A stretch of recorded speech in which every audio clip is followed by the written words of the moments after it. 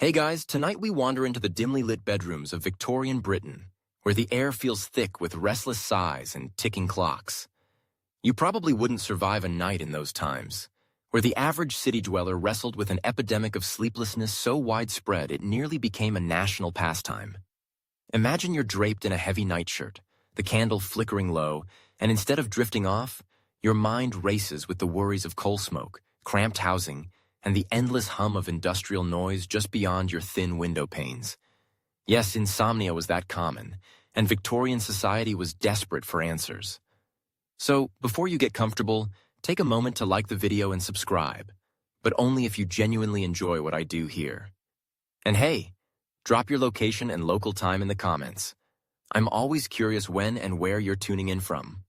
Now, dim the lights, maybe turn on a fan for that soft background hum, and let's ease into tonight's journey together.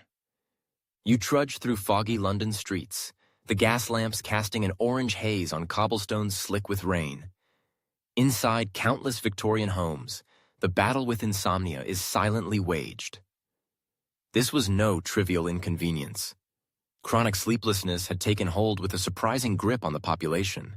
Historians still argue whether this surge was a direct consequence of industrialization's relentless pace or the creeping anxieties of a rapidly modernizing world. But the symptoms were clear: restless nights, groggy mornings, and a cultural obsession with finding rest. Victorian doctors began to recognize insomnia as a serious problem, though their explanations varied wildly. Some attributed it to an overstimulated nervous system, too much excitement during the day, or too much gaslight flickering in the evening, messing with the body's natural rhythms. Others blamed poor air quality, cramped living quarters, or even the stress of social status and morality weighing heavy on souls. For the burgeoning middle class, the new pressure to succeed meant fewer hours of restful sleep and more hours of anxious wakefulness. Sleep had long been a mysterious realm. In Victorian times, it was still considered somewhat of a luxury, not something to be taken for granted. Unlike today's culture of sleep hygiene and bedtime apps, Victorians had no Netflix lullabies or white noise machines, just the thick curtains, heavy feather beds, and whatever remedies they could find. Interestingly, the concept of segmented sleep, where people slept in two phases with a waking period in between, persisted into this era for many. But the pressures of industrial work schedules increasingly demanded a single, uninterrupted night's rest, creating tension with natural human rhythms. Imagine lying awake during the so-called watch period, eyes flickering open in the dead of night, wondering if you're doomed to eternal wakefulness. You probably didn't know, but Victorian insomnia sufferers often resorted to bizarre methods to coax themselves to sleep. From counting sheep, an ancient trick, to more unusual practices like using crocodile dung as a topical sleep aid. Yes, that was a thing in some fringe medical circles. People tried anything. Historians still argue whether such odd remedies had any real effect, or were just desperate rituals born from the anxiety of sleepless nights. Despite all this, there was an undeniable cultural undercurrent. Sleep was sacred but elusive, a balm that could soothe the body and the soul. Many turned to quiet, dim spaces, reading devotional texts or prayer books to calm their minds. The Victorian bedroom was less a sanctuary of rest and more a battleground between exhaustion and wakefulness. By the late 19th century, insomnia wasn't just a personal affliction. It had seeped into literature, art, and the public imagination. Poets and novelists waxed poetic on sleepless nights, the quiet terror of staring into the dark when the world around you sleeps peacefully. This collective experience pushed inventors, doctors, and even charlatans to develop sleep cures. Some grounded in science, others in pure fantasy. So, as you snuggle deeper into your cozy bed, smelling that faint hint of lavender, or maybe the cold crispness of your sheets, remember this. The Victorians were grappling with sleep just as much as you might be tonight. Their cures, their beliefs, and their sleepless battles set the stage for everything that would come after. We're only just beginning to understand the strange, wonderful, and sometimes downright weird history of insomnia cures. You shift your weight under the patchwork quilt, that familiar stiffness in your neck reminding you sleep didn't come easy tonight. Back in Victorian Britain, doctors were just as concerned and equally confused.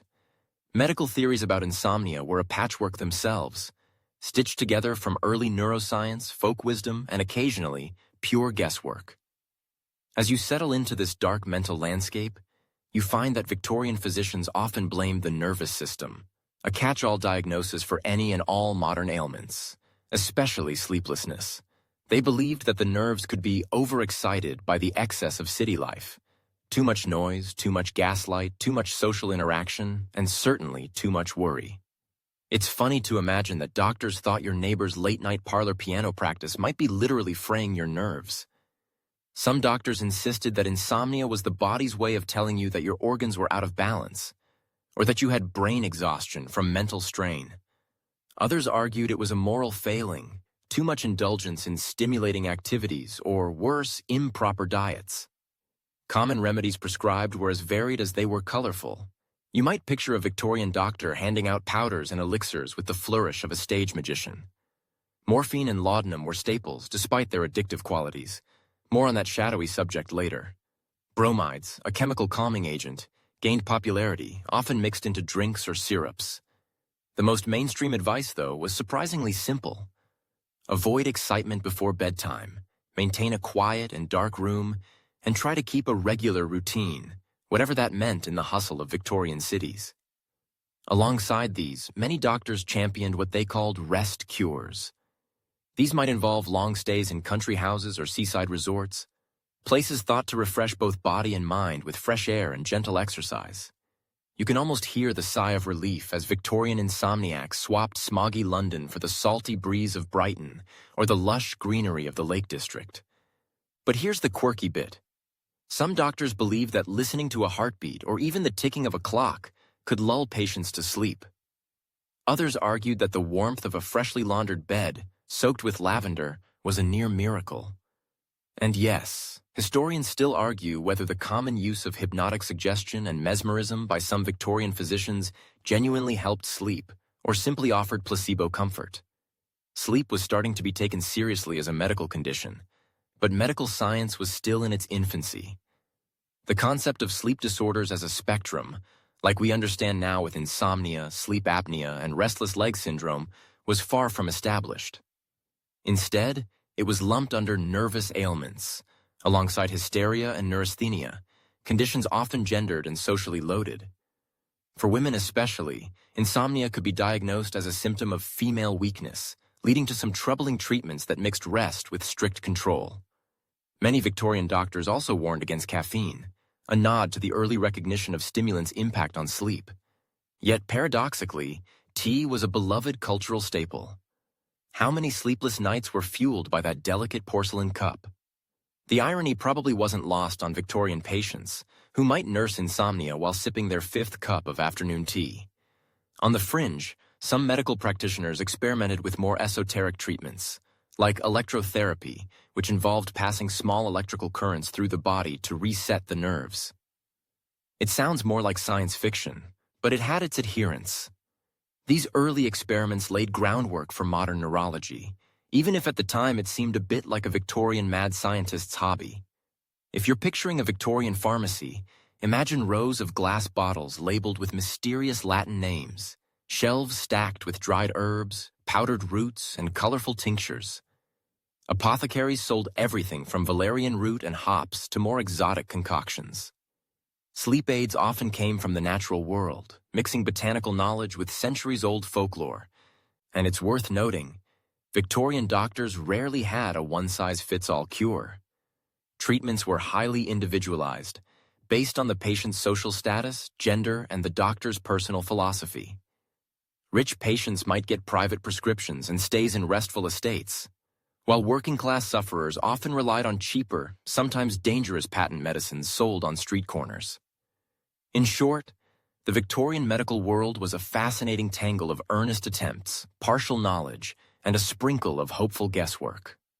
Next time you're frustrated with sleep advice online, remember that these early doctors were fumbling in the dark too, armed with powders, potions, and the faint hope that they could unlock the mystery of a good night's rest. You nestle deeper into your blankets, the faint scent of chamomile tea lingering nearby. If only it worked as well as the Victorians hoped. Because when it came to herbal escapes, the Victorians were nothing if not devoted. Their gardens and apothecaries brimmed with plants believed to soothe frayed nerves and usher in sleep. Imagine a cluttered Victorian windowsill crowded with pots of valerian, lavender, hops, and passion flower, all plucked from centuries of folk remedies and botanical lore. Herbal teas were the go-to remedy for the sleepless, and the ritual of brewing them was almost as important as the effect. Steeping a blend of calming herbs wasn't just medicine. It was a ceremony, a gentle signal to the body that the day's turmoil was ending. Chamomile, with its delicate apple-like aroma, was perhaps the most beloved. Its calming effects were praised in medical journals and family recipe books alike. You might smile thinking how many insomniacs over the ages have counted on a warm cup of chamomile before bed. But the Victorians didn't stop at teas. They crafted tinctures, alcoholic extracts infused with a cocktail of botanicals. These were potent, and a few drops were often enough to ease nerves or induce drowsiness. A favorite was a mixture of valerian root and hops, sometimes combined with small amounts of opium derivatives. Not quite the bedtime drink you'd find on modern menus, but effective enough for many. Here's a quirky twist. Some Victorian herbalists experimented with what they called dream pillows, small sachets stuffed with fragrant herbs like lavender, mugwort, and even tansy, tucked under the pillow to promote restful sleep and vivid dreams. Historians still argue whether the dream-inducing qualities were psychological suggestion or something more tangible. But the idea captured the imagination, blurring the line between medicine and magic. Victorian women, in particular, were often the keepers of herbal knowledge, passing down recipes and remedies within families. These cures were embedded in daily life and culture, with herb gardens carefully tended even in cramped city backyards. The Victorian passion for natural remedies was part resistance to industrial medicines and part genuine belief in nature's healing power. Yet not all herbs were harmless. Valerian root, for example, has a strong, pungent smell that some found unpleasant. Overuse could lead to grogginess or nausea, and because tinctures often contained alcohol or opiates, there was always a risk of dependence. But to the desperate Victorian insomniac, these risks were often worth the promise of sleep. And remember, this was an era before rigorous clinical trials or FDA approvals. Herbal remedies were judged largely by anecdote and tradition. The booming patent medicine industry sometimes co-opted these botanicals, selling sleep elixirs that promised the world but often delivered little. It was a wild frontier of herbal experimentation, mixing wisdom with a healthy dose of hype. You might be amused to know that some herbalists recommended gargling with diluted valerian tea as a calming ritual. No, it probably didn't work any better than a standard rinse, but it shows how far some would go in their quest for tranquility. The ritual itself was often as therapeutic as the ingredients. The Victorian love for botanical cures reflected a broader 19th century fascination with the natural world. Botany was a popular hobby, and new plant species from around the globe were eagerly catalogued. This enthusiasm fueled the search for new herbal medicines, some effective, others more dubious. Historians still debate how much actual relief these botanical concoctions provided, versus the placebo effect or the calming influence of bedtime rituals themselves. Was it the chemical action of valerian, or simply the act of slowing down and sipping a warm drink that soothed the nervous system? The answer is probably a bit of both. So next time you brew a sleepy time tea or tuck a lavender sachet into your pillowcase, you're partaking in a tradition nearly 200 years old, an echo of Victorian nights spent chasing elusive sleep through gardens, tinctures, and whispered hopes. You sink into the mattress, feeling the comforting weight of your quilt as your mind drifts toward darker, more potent Victorian sleep aids. The era's reliance on opium-based remedies, especially laudanum, cast a long and complicated shadow. This liquid gold, an alcoholic tincture of opium, was prescribed like candy for everything from coughs to sleeplessness, a staple in countless Victorian medicine cabinets. To understand its grip on Victorian society, you have to think of laudanum as the original miracle cure, and, simultaneously, a silent menace lurking beneath the surface. Doctors admired laudanum for its reliable sedative effects, capable of ushering even the most restless insomniac into slumber. It was the go-to when simpler herbal remedies failed, and it promised swift relief from mental torment. But as you might guess, there was a perilous price: addiction. Victorian society was surprisingly ambivalent about laudanum's dangers. It was legal, widely available, and often handed out without much caution, especially to women and children. The concept of opioid addiction wasn't fully understood, and even when it was, the medical community struggled to balance relief against dependence. Here's a fringe fact for you. Some Victorian artists and writers, like Samuel Taylor Coleridge and Thomas de Quincey, openly documented their laudanum use, revealing both creative inspiration and destructive addiction. De Quincey's famous Confessions of an English Opium Eater exposed the paradox of laudanum, both muse and monster. Historians still argue whether laudanum's widespread use was driven more by medical necessity or social pressures to numb pain and anxiety in a harsh world.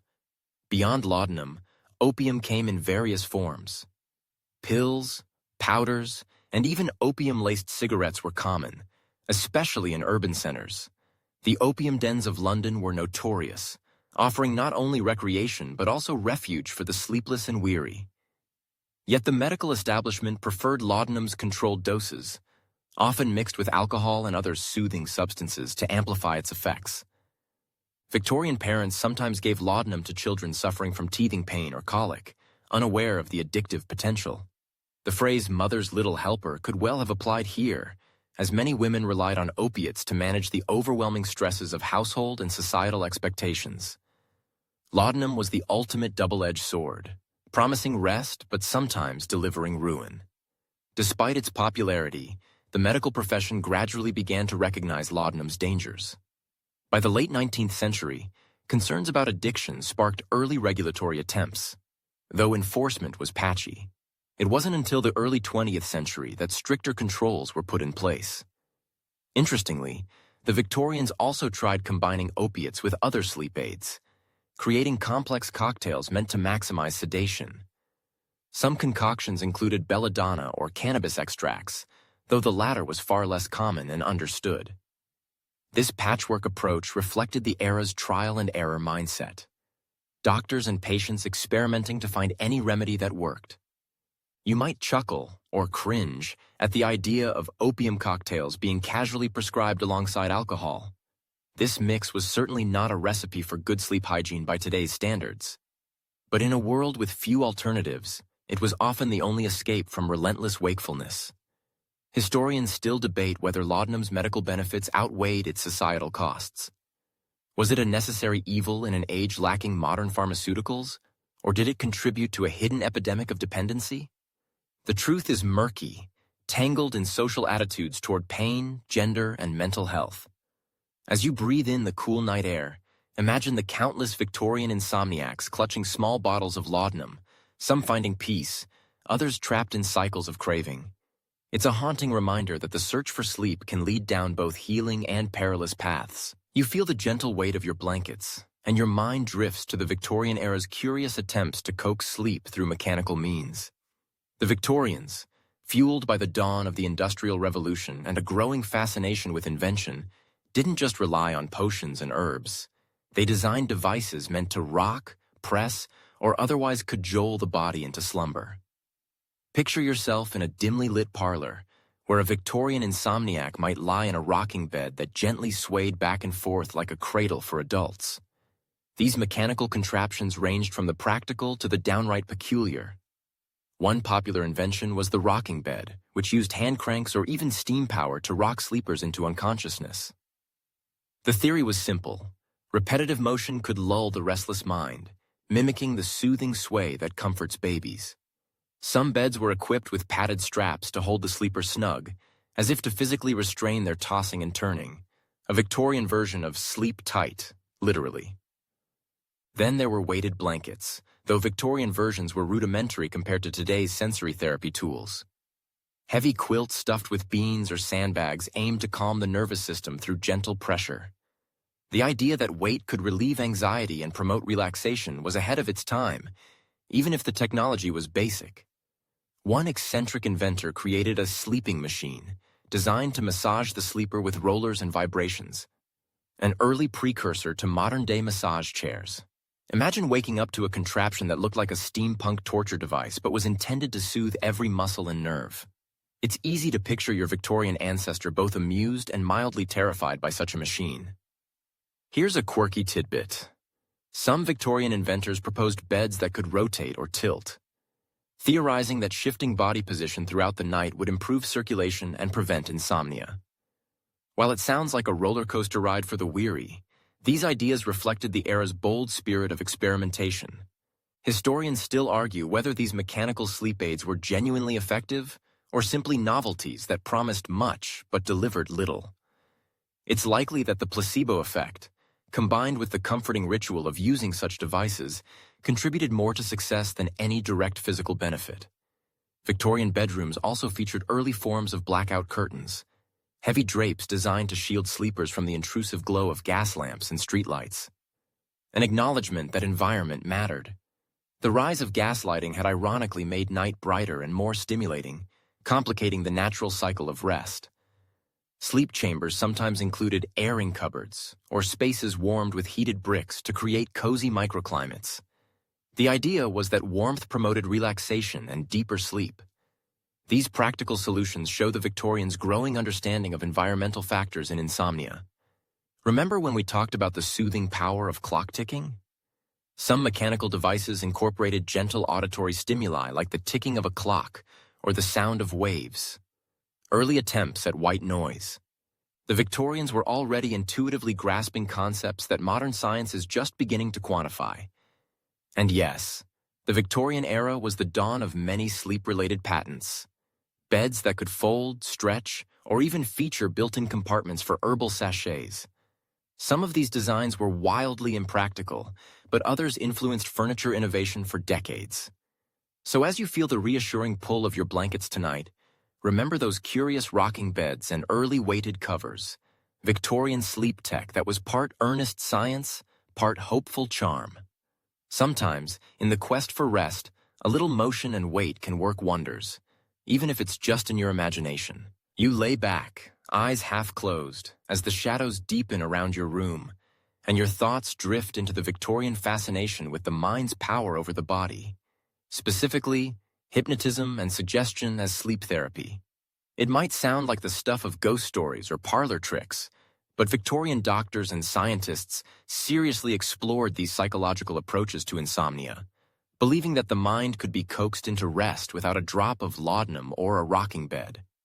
The roots of hypnotism, or mesmerism, as it was often called, trace back to the late 18th century, but it reached a peculiar peak in Victorian England.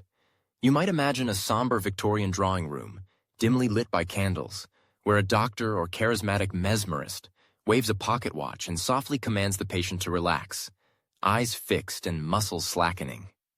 The theory was that by inducing a trance-like state, the nervous system could be reset, easing anxiety and encouraging sleep.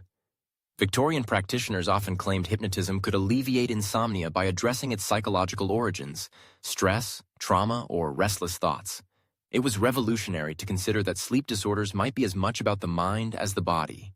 This shift anticipated modern cognitive therapies but came wrapped in the mystique of suggestion and altered consciousness. Here's a quirky fact. Some mesmerists performed public demonstrations, putting volunteers into deep trances and showcasing sleep cures before fascinated audiences. These events blurred the line between entertainment and medicine. Historians still argue whether hypnotism's therapeutic effects were genuine or a sophisticated placebo bolstered by the power of suggestion and social context. Victorian sleep clinics and sanatoriums sometimes employed hypnotism as part of treatment regimens, combining it with other rest cures like herbal teas or quiet environments.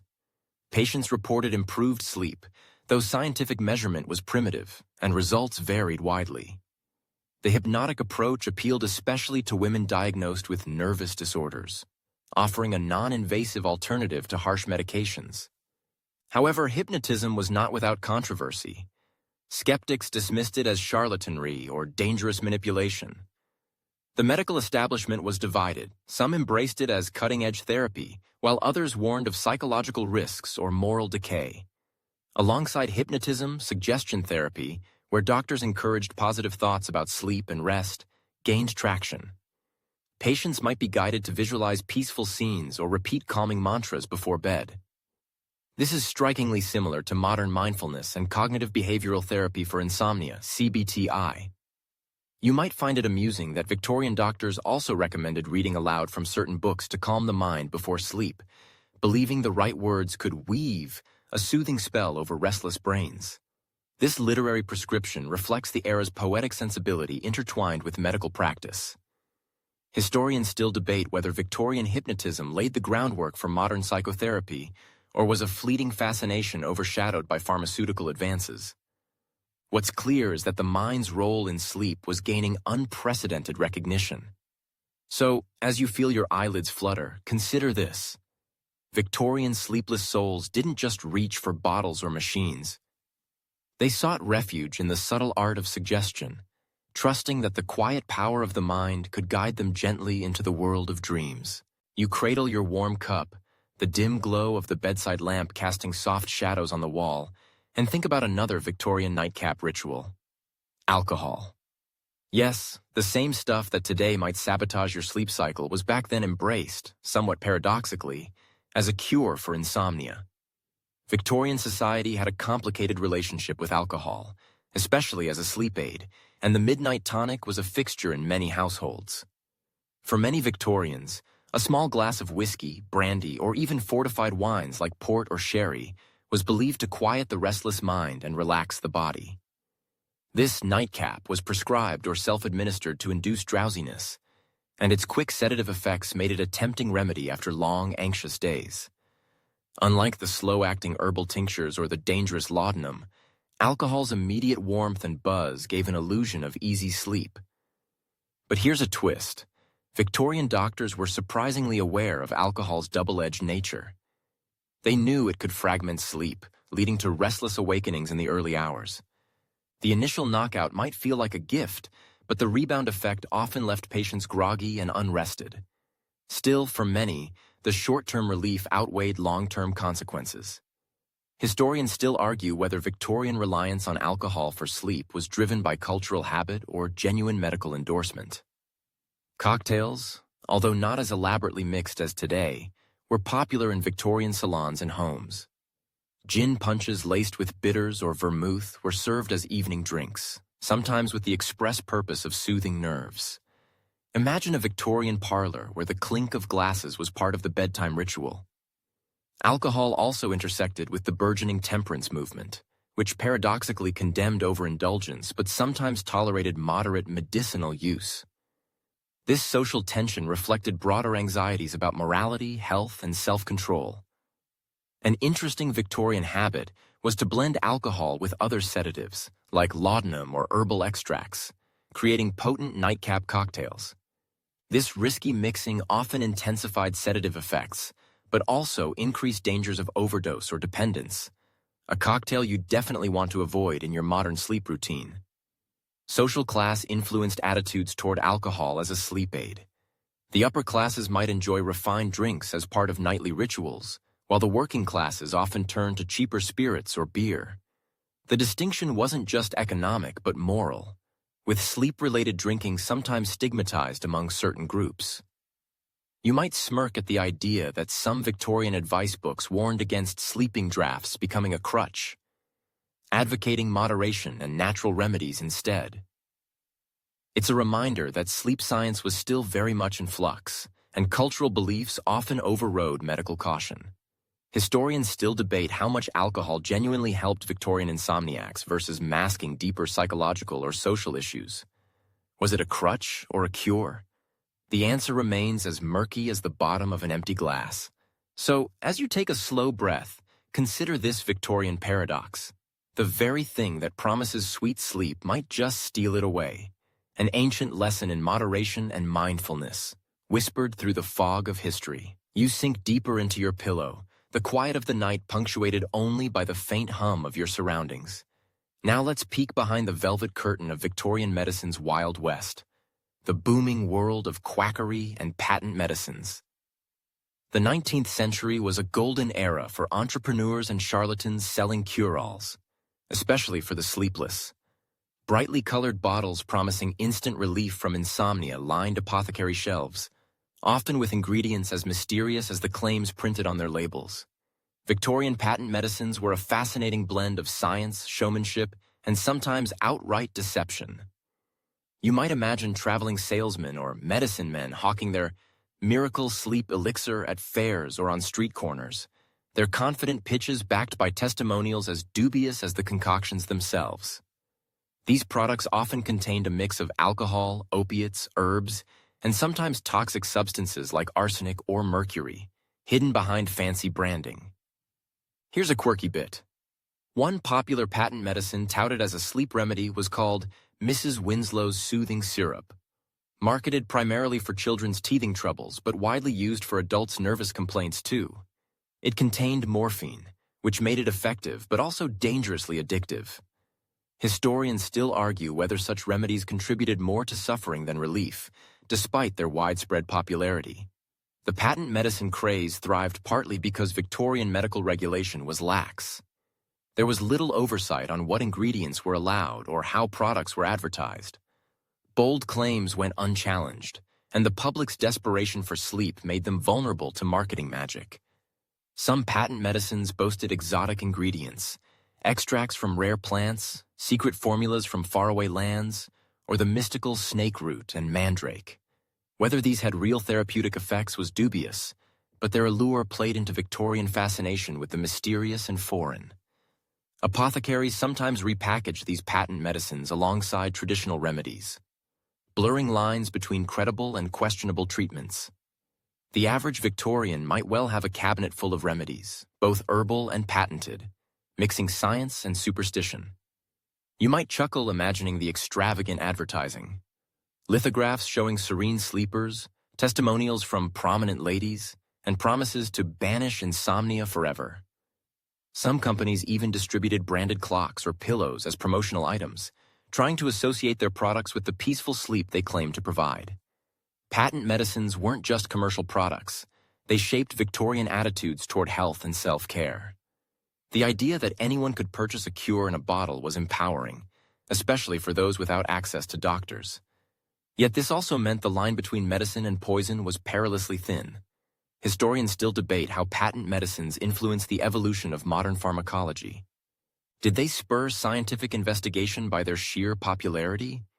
Or did they hinder progress by muddying public trust in genuine medicine? The answer is complex, wrapped in layers of cultural, economic, and scientific change. So, as you feel the comfort of your modern mattress beneath you, remember the bold entrepreneurs and hopeful patients of Victorian times, caught in a swirl of promises and pitfalls in the quest for elusive sleep. You feel the slow, steady rhythm of your breath syncing with the calm around you as we explore how Victorian social sleep rituals and societal pressures shaped the way people rested, or failed to. Sleep wasn't just a biological necessity.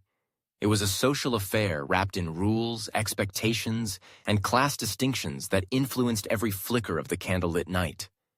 In Victorian society, bedtime was a carefully orchestrated event, especially for the middle and upper classes. The act of going to bed was imbued with ritual. The evening meal had to finish at a certain hour, clothes changed into proper nightwear, and bedrooms prepared with heated bricks or warming pans to stave off the chill. It was a choreography of comfort, meant to set the stage for rest. But sleep was also a symbol of morality and discipline. The phrase, "early to bed, early to rise," was less just advice and more a moral imperative. Staying up late was often frowned upon, linked to frivolity, poor character, or even danger. The respectable Victorian citizen was expected to manage their time well, including the time spent asleep. Here's a quirky social tidbit. In some circles, it was considered improper to sleep too long in the morning, as it implied laziness or weakness. Rising promptly was a sign of virtue. Historians still argue whether these norms genuinely helped public health or simply reinforced rigid social control. Class differences profoundly shaped sleeping habits. The working class, often subject to grueling factory shifts or multiple jobs, struggled to maintain consistent sleep schedules. Crowded, noisy homes offered little peace, and sleep was frequently fragmented. Conversely, The wealthy enjoyed the luxury of large, quiet bedrooms, servants to manage household needs, and even private bedrooms for each family member, an innovation that shaped modern concepts of personal space. Childhood sleep was also heavily structured. Children were expected to adhere to strict bedtimes, and sleeplessness in children could be a source of anxiety for parents. Various remedies and rituals targeted young sleepers, from rocking cradles to lullabies, reflecting the importance placed on early rest for proper development. The Victorians also grappled with the cultural shift from segmented sleep patterns, common before industrialization, to the increasingly demanded 8-hour continuous sleep. This shift clashed with natural human rhythms and fueled insomnia, especially in urban environments where artificial lighting extended the day. You might find it amusing that social gatherings sometimes extended late into the night, conflicting with the moral ideal of early rest. The rise of theaters, music halls, and social clubs meant many stayed awake well past bedtime, adding to the cultural tension around sleep. Social expectations around sleep weren't just about health. They reflected deeper anxieties about control, productivity, and the ideal Victorian citizen. Sleeplessness could be stigmatized, and admitting to insomnia was sometimes seen as a sign of weakness or poor self-management. Historians still debate how much these social pressures exacerbated insomnia, and whether Victorian sleep culture truly promoted well-being or simply masked widespread exhaustion with etiquette and routine. So as you sink into your pillow tonight, consider the invisible social rules that once shaped when and how people closed their eyes, and how much your own bedtime rituals owe to the echoes of Victorian order and expectation. You feel the night wrapping you in its gentle embrace, and now it's time to reflect on how Victorian insomnia cures echo into our modern world. Though separated by more than a century, the ways Victorians sought rest through herbal teas, mental suggestion, or mechanical contraptions still resonate today. From weighted blankets to sleep apps, the legacy of their quest lingers in surprising ways. Modern sleep science owes a debt to Victorian experimentation. Valerian and chamomile remain popular herbal remedies, embraced not just for tradition but for emerging evidence of mild calming effects. Weighted blankets have enjoyed a renaissance, now backed by research into sensory therapy for anxiety and insomnia, echoing those crude Victorian sandbag quilts. Even the practice of using white noise, once the tick-tock of a clock or crashing waves on a phonograph, has evolved into sophisticated soundscapes designed to soothe modern minds. Yet the shadows of Victorian laudanum addiction warn us about the thin line between help and harm. Today's opioid crisis reminds us that easy access to powerful sedatives can have devastating consequences. The historical ambivalence about opiates informs contemporary debates over pain management and sleep aids. Victorian hypnotism and suggestion paved the way for cognitive behavioral therapies that are now frontline treatments for insomnia.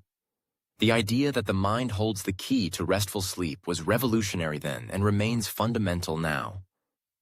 Even modern mindfulness practices trace a lineage back to those early psychological explorations. The bustling patent medicine industry foreshadowed today's booming market of over-the-counter supplements and sleep products. We are still navigating a landscape cluttered with promises, scientific claims, and sometimes dubious marketing, just as Victorians did with their sleep elixirs. Socially, our sleep rituals and pressures have evolved but not disappeared. The Victorian insistence on a proper bedtime and moral discipline finds echoes in today's conversations about sleep hygiene and digital detoxing before bed. Historians still argue whether Victorian culture suppressed natural sleep patterns or laid foundations for healthier habits. You might smile knowing that despite all our modern gadgets, apps, and science, the human struggle for good sleep is timeless. The Victorians remind us that sleep is woven deeply into our biology, culture, and psyche, a puzzle we've been trying to solve for generations. So as you close your eyes tonight, take comfort in the long journey behind you and the tools, both ancient and modern, that will guide you into rest. The Victorian night is past, but its echoes lull you gently into dreams. The quiet night deepens around you, each breath a gentle wave pulling you closer to rest. Your mind unwinds, the images of Victorian nights fading softly like candlelight flickering out.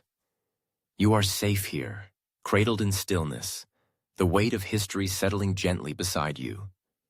Let your thoughts drift, unburdened, as the peaceful hush of sleep wraps around you like a warm embrace.